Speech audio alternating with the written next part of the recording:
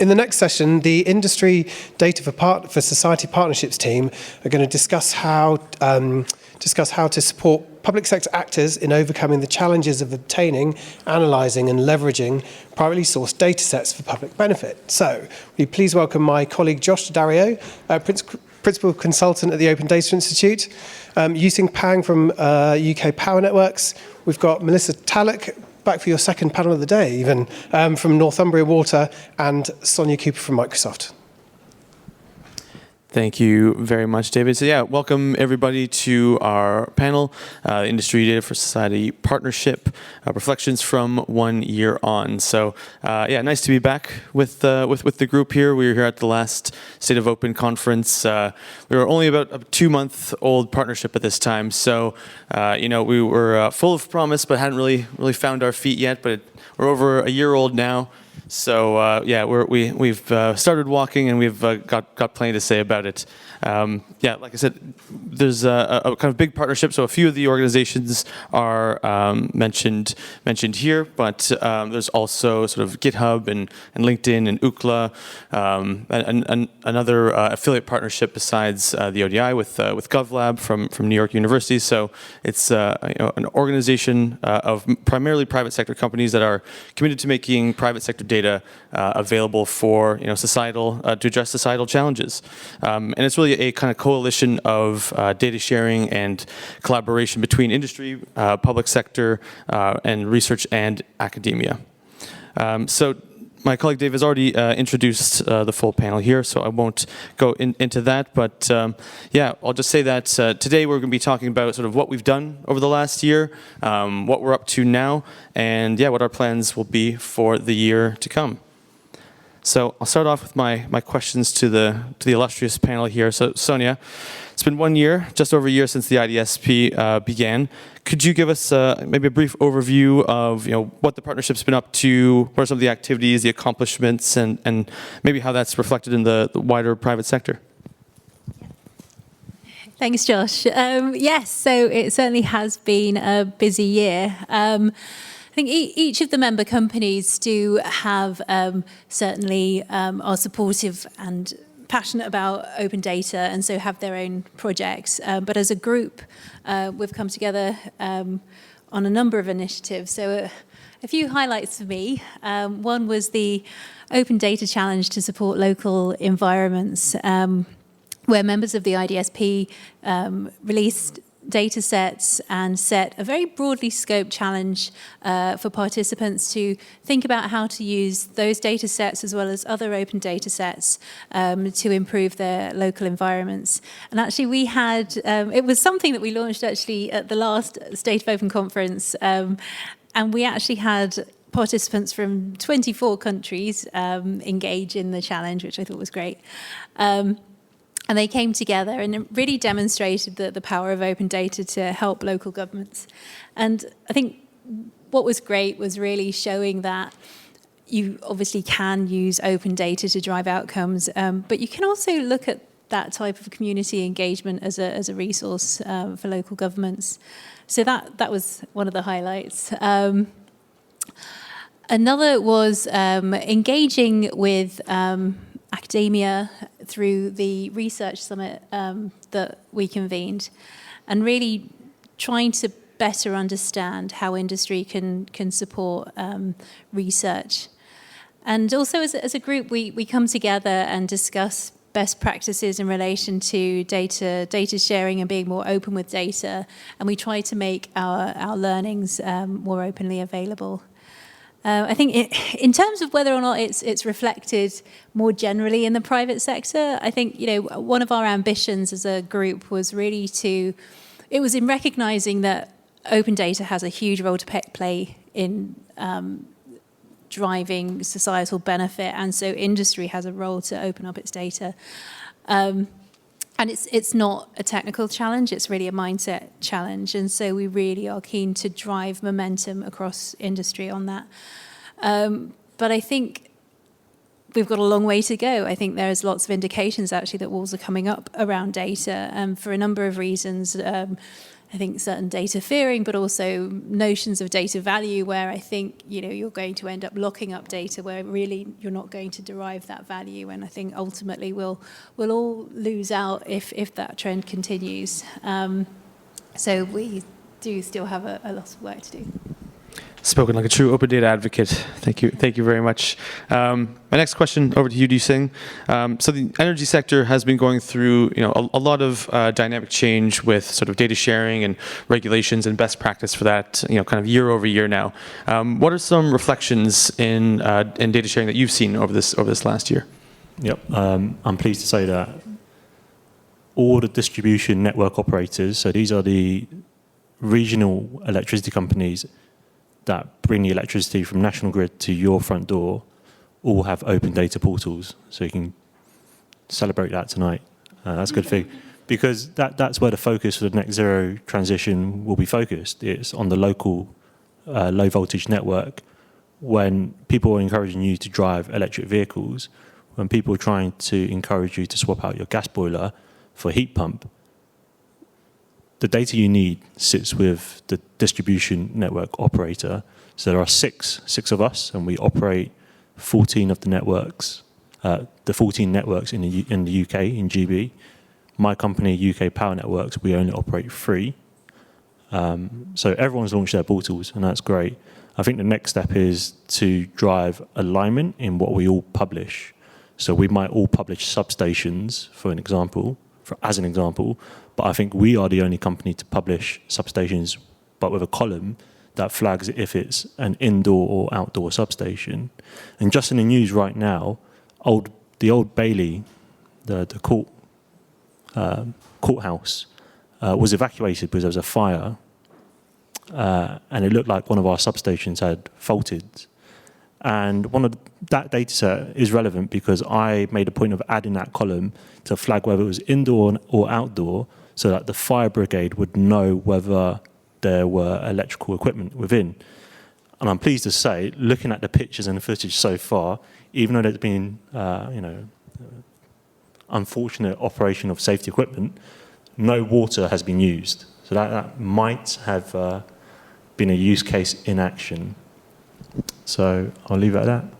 Great. And if you are interested in open energy data, the UKPN Open Data Portal is a really great one. It's one we point people to as well. Moving on to Melissa then. So in terms of open data and data sharing in the water sector, so last year has been a really seismic year for that, I would say. What's your view on sort of what's happened over that year? I think it's fair to say we've kind of crossed the threshold between thinking about doing to doing.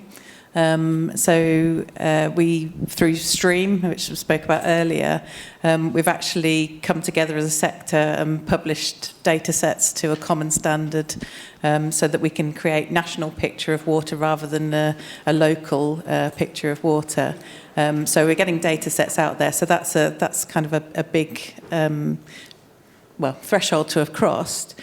But alongside that, the sector has come together to say we're going to make some commitments about doing this together and doing this more and building our capability together. And so has published, was out for consultation, an open data roadmap for the sector to set out the commitments that the sector will make around this.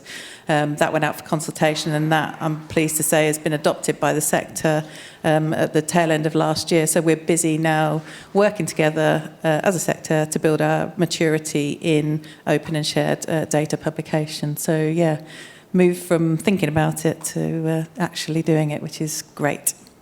A sea change in the water sector, you might say. No. I'm sorry. I had to do it. Some might say. Could never help with the puns in the water sector.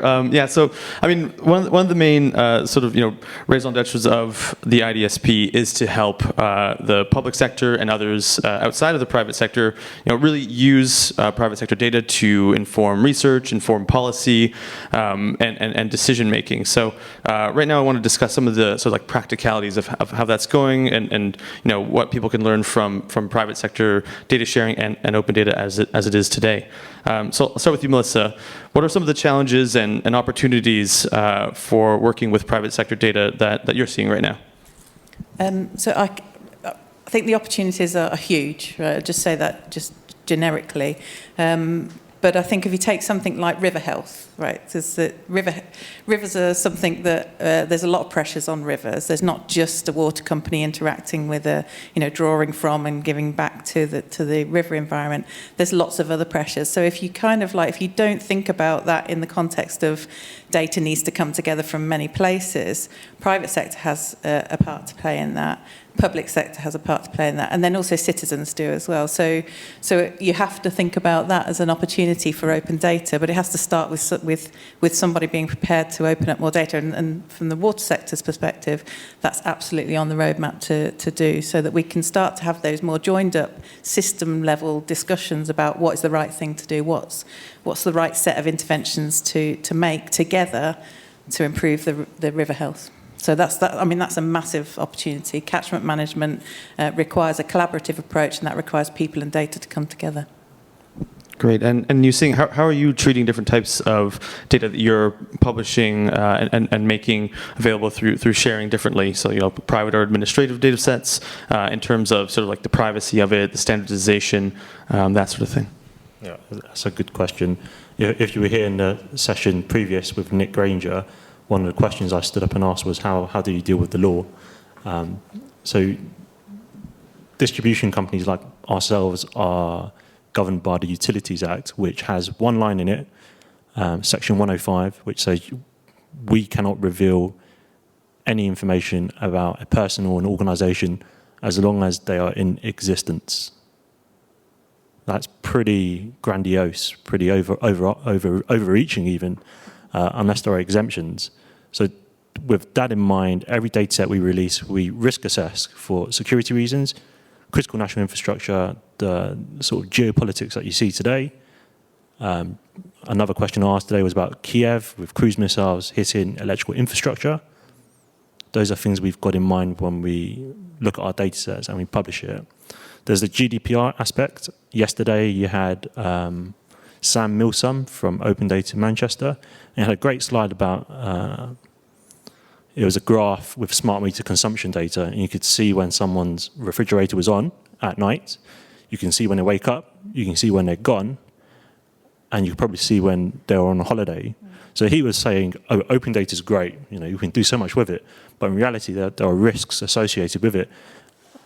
I'd ask all of you, and I'm sure you all put your hands down, how comfortable would you be with your smart meter data out there when people could figure out when you're at home or not at home? Yeah. So every data set we publish, we try and think about those kind of risks. So I think you asked me, what's the difference between privatized and administrative data? With the administrative data, I see that more being with the ONS, the Office of National Statistics. It's local authority data, and it's usually backed with legislation. They're allowed to publish this kind of stuff. With the privatized data from private organizations, from Melissa and myself, we're bound by different legislation. Some we can publish, some we can't. But where there's no legislation prompting us to do so, we need to be careful about how we treat that and how we present it and how we cut that data.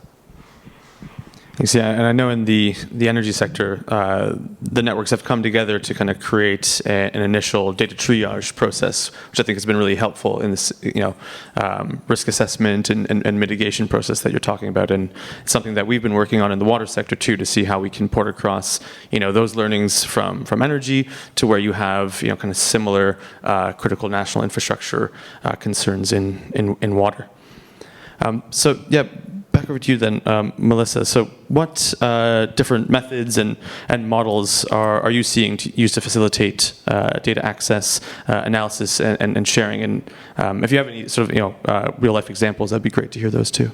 I think in the water sector generally, there's been like a history of we'll run hacks and sort of open up sets of data around an event, and it's like people register, we give them some data, make them sign an agreement first, then give them some data, set the challenge, and they kind of work through that. We take the data back, and everyone goes away. But it's quite it's great. I mean, it's delivered great outcomes, but actually it's quite limited in its scope because it's kind of like it's register for this event, take part in this time-boxed event, and that's the end of it. I think the challenge that you talked about, Sonia, with the IDSP extended that reach. I mean, it went, like you say, 24 different countries. So you kind of like, you're not limiting it by geography or you have to turn up to an event. And I think that we saw with that, the ideas that came, that used the same data, but actually the ideas, the range of ideas that came back was so impressive. But it was largely around sort of like an energy scenario. But actually, we were able to take something, one of the participants from that, one of the responses to that into the water sector, because it was around biodiversity. So, you know, that gives you an indication of like what the role of the IDSP and challenges like that has further reach.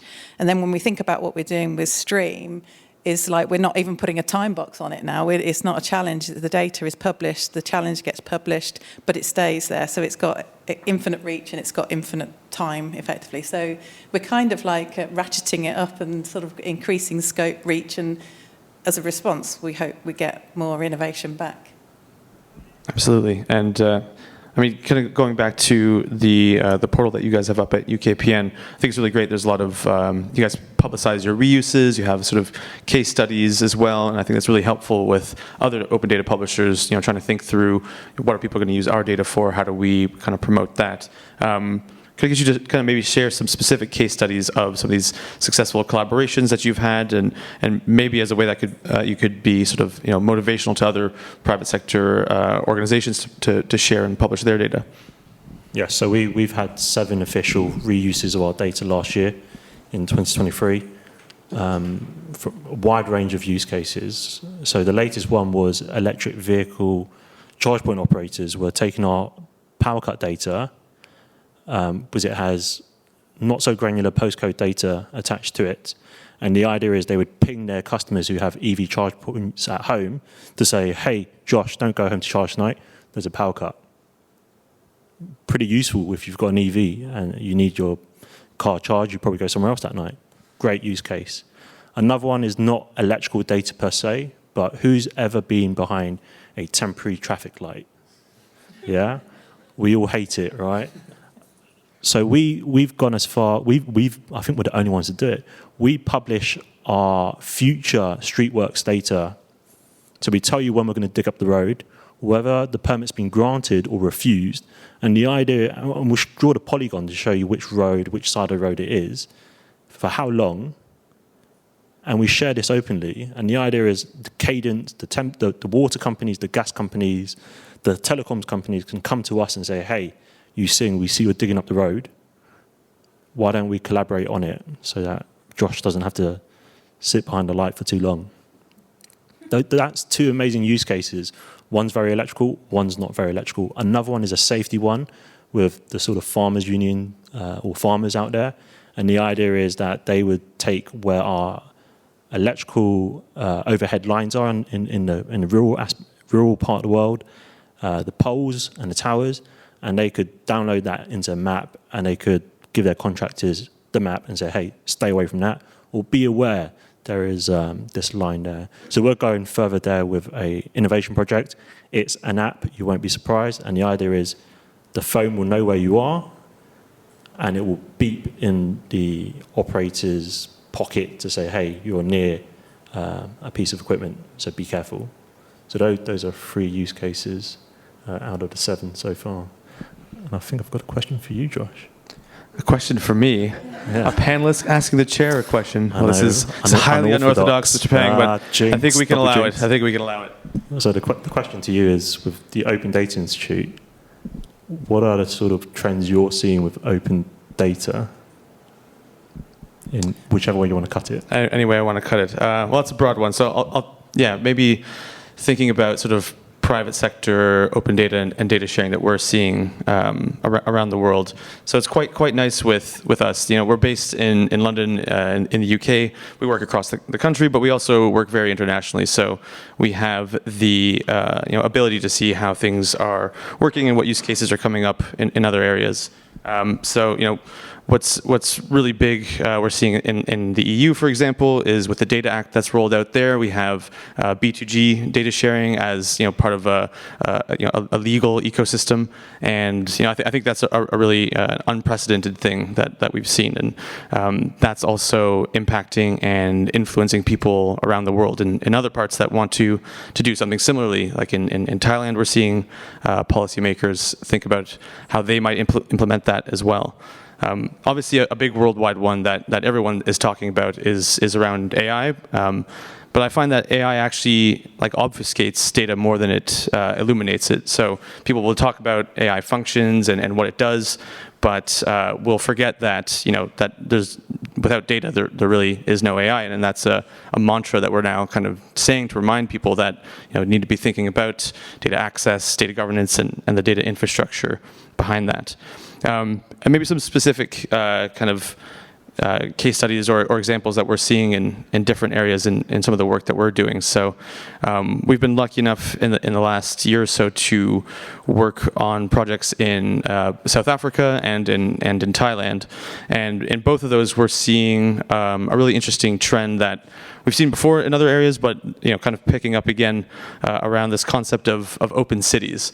And so when we say open cities, we sort of mean this in not a full juxtaposition to smart cities, but a kind of a different way of thinking around it, where we have sort of data sharing ecosystems within a city that have open data and open source, open standards, open innovation, and kind of fostering an open culture. So we've seen in both Bangkok and in Durban in South Africa that lots of kind of local authorities, private sector companies, academia and researchers are coming together and kind of sharing more data, publishing more data together for a variety of different sort of really localized use cases. So in Bangkok, we see a lot of data sharing for kind of either flood prevention, mitigation, or responses to that. In Durban, we've seen similar approaches of using sort of water data and energy data for when there's shortages or when there's sort of kind of predicted blackouts and things like that. And a lot of sort of citizen engagement is underlying all of this. So people actively participating in either, kind of making it known when there's a flood in an area, where there's a kind of a shortage, and the data generated from that citizen participation is then used and is driving policy making. One other example that we've seen around the world is around the sort of healthcare sector, health data sharing, and that's been a lot in the wake of the kind of COVID-19 vaccine distribution. So before that, or because of the vaccine distribution push, I think healthcare systems and the supply chains around them have worked together and collaborated together in faster ways than we've seen before, and that's sort of shown the art of the possible to a lot of places. So you might have a major city like Lima can get vaccine distribution quite quickly, but the hinterland always took a while in Peru. But now because that those sort of supply chain links have been forged, and data collaboration being a big part of that, you're seeing that why can't we do this for other vaccines besides COVID-19? Why can't we do this for other elements of the supply chain, even beyond healthcare? So I think those are some of the kind of trends that we're seeing in data sharing around the world. To your totally off the cuff question that I didn't prepare for. All right, I'm taking the question power back from you now. You're saying, thanks for kind of giving us a bit of an overview of what you've all been up to, what we've been working on right now. And so for this last sort of stretch, I'd like to focus on where we want to go next. So maybe inverting the opening questions and what's next for your organizations, what's next for the sector as you see it, and the IDSP. So we'll start back with you, Melissa. I was really seeing 2023 as sort of like open year one for the water sector. It was really momentous. So what do you think that open year two could look like, and how does that sort of spill beyond the water sector into other sectors as well? So I think now we're into the mode of publishing data and publishing data together and building maturity. I mean, obviously there's just more of that. So more data will be being published. We hope to do more engagement with our data reusers so that we can really develop an understanding of what people are trying to do with our data, because we can conceive of certain ideas and set certain challenges. But I do believe that once we start putting data out there, and I think Yusing would probably agree with this, is that you don't know what people are going to do with your data. So we're looking forward to sort of like engaging with the ecosystem of reusers to understand what goodness they find in the data, what they can do with it. I think energy and water are so closely linked that we will be looking for opportunities to kind of think about how do we address some sort of joint and common challenges. And then, as I talked about the catchment management, that's going to absolutely be something so that's many sectors get involved in that. So I guess it's, I hope this time next year we'll be talking about some of those kind of things having come to life. Let's hope they have us back. Yeah, maybe. Okay, then Yusing. So yes, I mean, similar question. What sort of like trends and major changes are you seeing, kind of coming down the pipeline in energy, or that you can predict would happen, and how do you think that's going to impact access to private sector data in that way? So the electricity distribution companies like my one, we are publishing more granular data. So I talked about the smart meter consumption data earlier, and everyone was like, "Oh my gosh, why would you do that? That's scary. I don't want people to know when to burgle me." But the steps I should have told you that we're taking is that we are aggregating that data to a local substation level, or even if we wanted to a low voltage feeder. So that'll be the power cable that runs through your street, so that we could never identify it was Josh who was on holiday and to burgle his house. So we're going more granular, and we are putting in mitigation techniques. So we won't publish February data, we'll publish January data, so we will put time delays behind it. So we're moving faster and more granular in terms of data sets. But some of the headwinds we see right now is that whilst we are publishing new data sets, I think the thinking and the regulation needs to be catching up. We're fortunate in energy where the regulators said, okay, these are the license conditions you need to adhere to in the next 5 years, and included in that is data provision. But we're not truly mature enough yet on how to deal with that data in terms of risks. And I'll leave it at that. I won't say any more. But open data, critical national infrastructure is fraught with risks, and we need to consider it all. Great. So one last question then for the panel before we go to audience Q&A. So that's your cue to think of some good questions for them. Sonia, looking forward, what are the plans for the IDSP in the year to come, and how can organizations from public sector, from third sector, academia, social enterprises, how can they get involved and benefit from this? Yeah. So we're thinking about a few projects at the moment.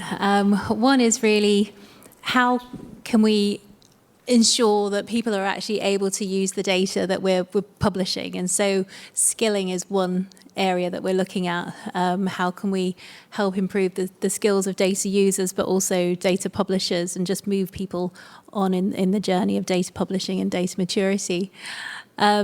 Another thing that we're looking at is really to address some of the barriers that we're seeing. So convening roundtables with other companies, so with other sectors in industry, where we're able to identify where the barriers are in being able to share data, helping just facilitate that discussion around how to overcome those barriers.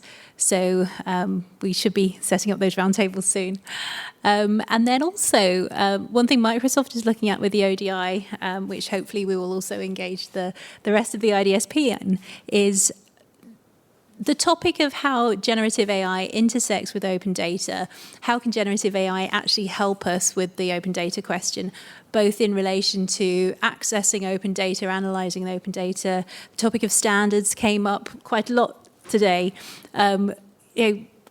generative AI is trained on unstructured data. It reasons over unstructured data. Perhaps it can help address some of the issues around standardization that we're seeing as well. So it's a really exciting topic that we're just touching on at the moment.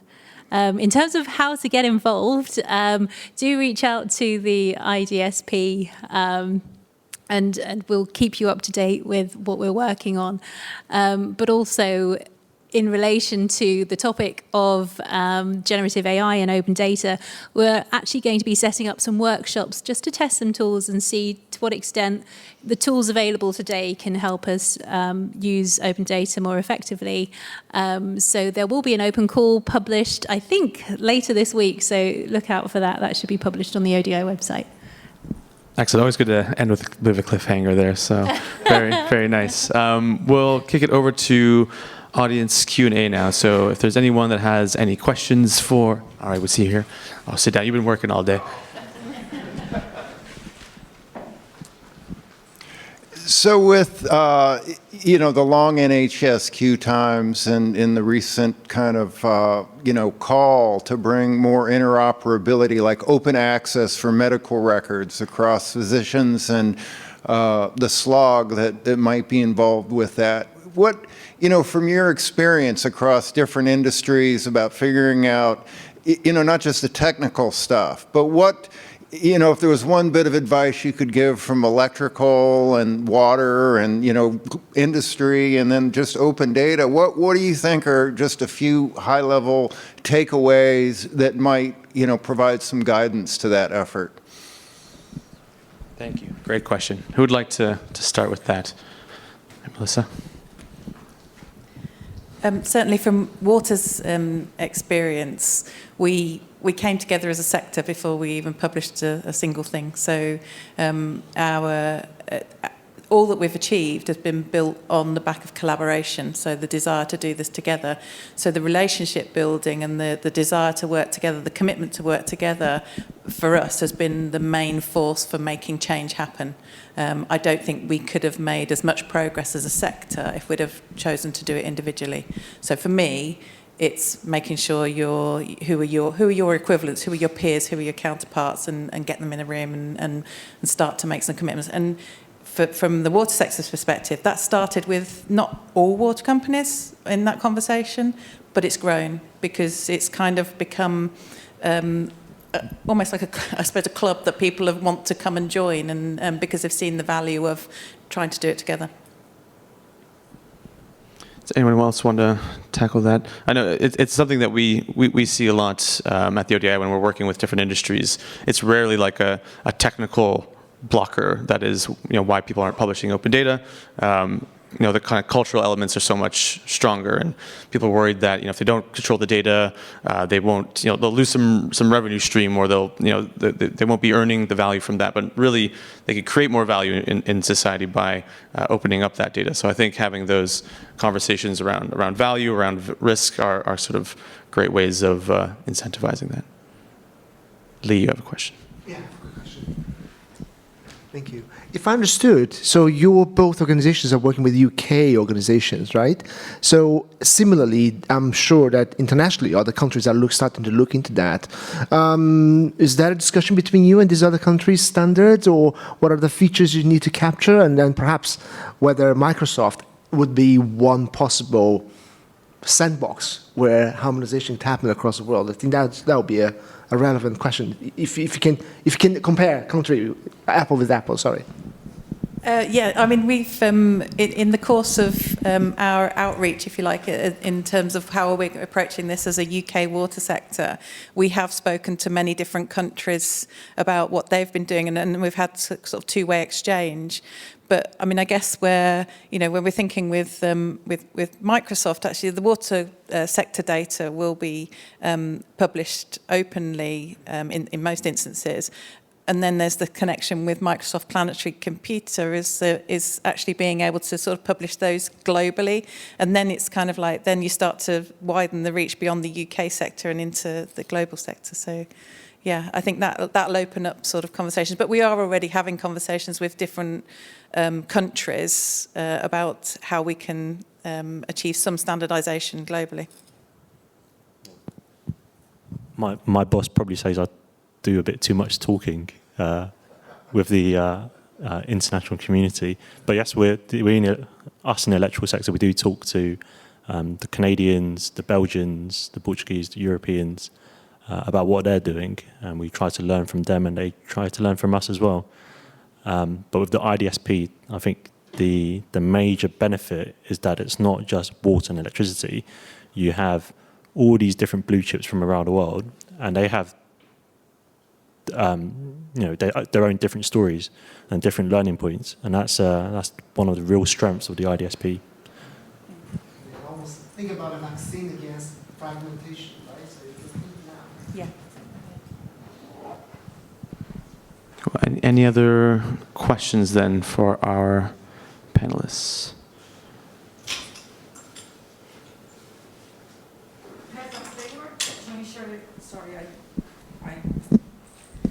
I don't know nothing about open data, right? So in my ignorance, has a framework for you try to ensure the security, as you said, like all companies, someone design a framework for you, do a checklist to validate the security, to publish the data, or some tool or some software that help on that? Yeah, so I think the question was about... A framework, like it's something that you can see if you comply before you share, valid for all sectors. Maybe not for all sectors. So the question was about a framework for checking the data is okay to share. Yes. Yeah. Okay. No, it's all right. My hearing, my left ear is particularly bad. So in the energy sector and the water sector, we have these risk assessments that we carry out. If you Google it, it's called data triage.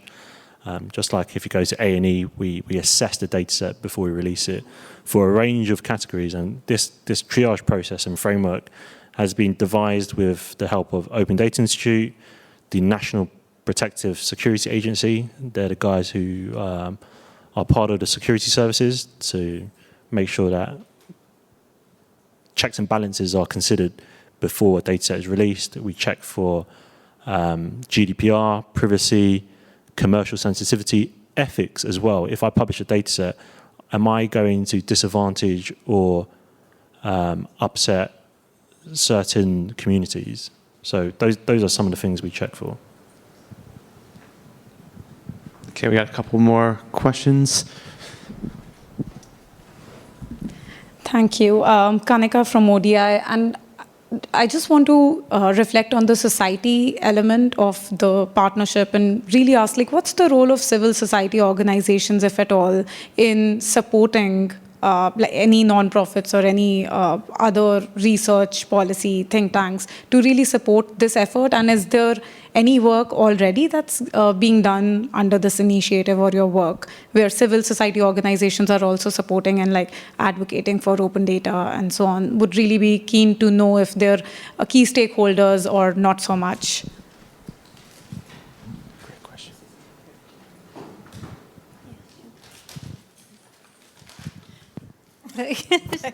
I can do. And I guess we saw that engagement through the challenge that was set sort of last year. And that's the point is the public sector, the private sector publishing data and challenges that others can engage with for societal good. So that has been the main connection with that. Do you want to add anything to that? I was just going to add, part of the IDSP's role is also to make it easier for that engagement with industry. So there is a contact point for that sort of collaboration. Thank you. And you had a question? Yeah, thanks. I was interested in this question of like framework for validation before sharing. I guess it's the kind of thing that the likes of Gaia-X talk about. And those people who are trying to create frameworks for automatic discoverability and sharing of data across organizational boundaries and across borders in such a way that allows you to have some surety that when you share the data, it will be treated within certain limits that you define. Or, you probably know the the drill, but limits that you define, and that it won't be used onwards. You can implement some sort of SLA. I mean, is this the sort of thing? How are you accounting for this sort of thing?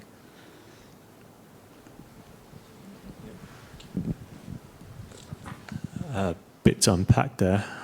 So my memory is not great either, in addition to my hearing. So yes. It's conversely, how do you validate where you're sending data to, and ensure that the data is treated in a way that corresponds with your organisational requirements? Got it. Also, perhaps the legal requirement in the geography you're in that might differ from the place where it ends up being shared. And perhaps you don't want it to be shared. Got it. Yeah. So It might not be protected in the way that you're required to protect it. Yeah. I've got an easy answer to that. So Creative Commons license, CC BY 4.0, our data is licensed openly because we are happy for it to be out there. So you can take it and use it, whatever you print it out on a piece of paper. You can make a business out of it. You can print it, put it on a CD, whatever. We are happy for you to do that. So that risk assessment that I talked about earlier, every data set we publish goes through that, and we're happy for it to be out there. I think that's it, yeah. Yeah. Melissa? Yeah, I think the complexity comes when you're into a shared data scenario. It's like, and then that's where something like a trust framework enables you to verify, and access control to a very fine grain if necessary. But when it's the case of an open data, it's basically you're publishing that with no constraint, effectively, apart from attribution, maybe. So you have to. It's not a case of if you do or don't publish it. It's publishing it in a way that you are you're happy that will be the ultimate scenario. It could go anywhere and it could be used for any purpose. So it's thinking about that before you publish rather than trying to control it after.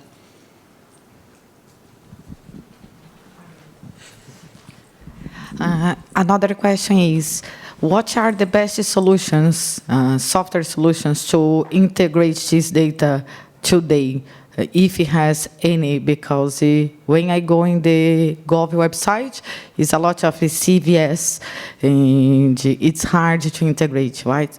I think that is a challenge. It's Microsoft. Microsoft's the best, right?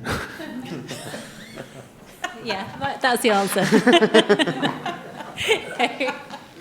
Sorry. Not something I can personally answer, because that would be outside of my skill set.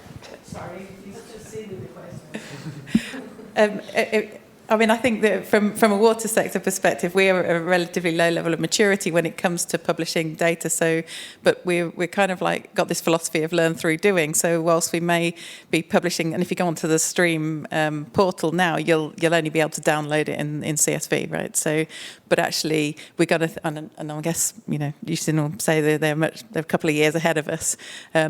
But actually, ultimately, we want to be able to meet the needs of different types of data users, from a customer who wants to go and just interrogate a simple visualization of some data, through to somebody who wants to programmatically connect to that data. And so we're getting there, and we will get there, but we might have to go through a bit of a pain barrier in terms of like the only way we can get data out there is by uploading a CSV to somewhere that someone else can download. So, but some of that is about speculative. If we push out data, because not everybody knows what data exists within the water sector, for example. If we can push data out, publish data, and lower the barrier to sort of data publication, we can see what people could potentially do with that. Because once you see what data is available, then you can come back and say, actually, if I can access this programmatically or in a time series, then I can do X, Y, and Z with it. And then that builds the business case to be able to go back to the publishing organisations to say, well, we need to do this. If we want to reap the rewards of this, be it societal, environmental, or economic benefit, then we need to go back and be able to publish this data in a different format. Well, so I got a bit lazy and I picked up a SaaS product. So they provide a portal for us. So we upload various files and it spits it out in different formats for our consumers. So CSVs, Excels, JSONs, and if it's a geospatial file, it'll come out as a shapefile or GeoJSON. We also present the data in a table format. We might have a chart to explain the data, and we also have ancillary documents to explain what this data set is. Particularly with electricity data and infrastructure data, people aren't usually electrical engineers, so they do need a bit of education about what the data they're looking at is. Great. I think we have time for maybe one more quick question, if anyone has one burning question for the panel. I guess not, so we'll wrap up a few seconds early then. Yeah, well, that was a really intriguing and wide-ranging debate. So all that remains to do is to say thank you to Josh, Yusing, Melissa, and Sonia. Thank you very much.